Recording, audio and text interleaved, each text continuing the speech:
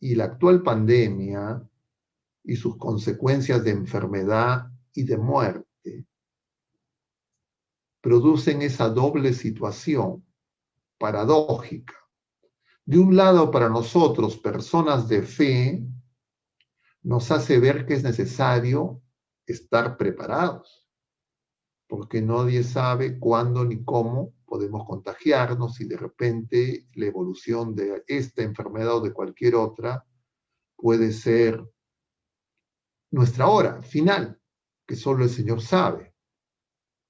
Y entonces para nosotros te podría servir para la preparación. Pero para los que no creen en Dios y para los que esta vida no tiene sentido, y esta vida es una vida que simplemente de lo único que se trata es de producir, consumir,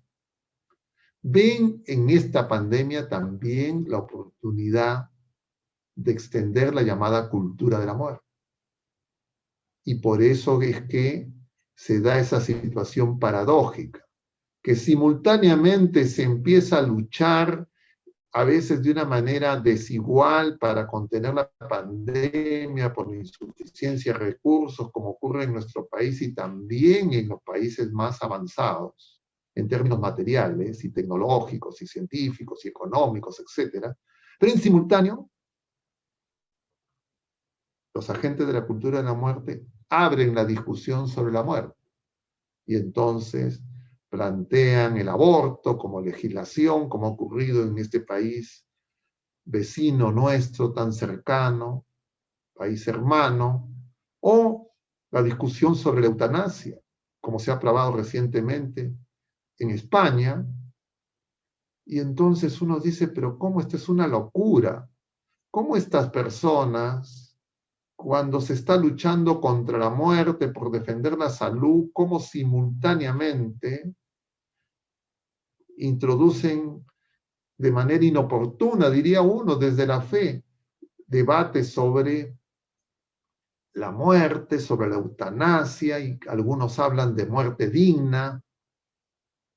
y de derechos, derecho a la muerte digna, derecho al aborto, a decidir. Y es que justamente para los que no tiene esta vida presente ningún sentido más allá, ningún sentido trascendente,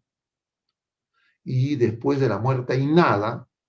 entonces rápidamente dicen, si lo que nos faltan es recursos, entonces ¿para qué estamos preocupados de más camas, de más unidades de cuidados intensivos, de más respiradores? Sencillamente apliquemos la eutanasia, la muerte digna a esas personas, entre comillas, como derecho,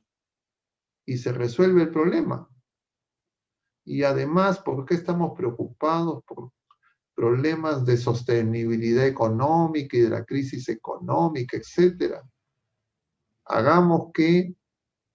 la población se reduzca, que no nazcan nuevas criaturas, legalicemos el aborto,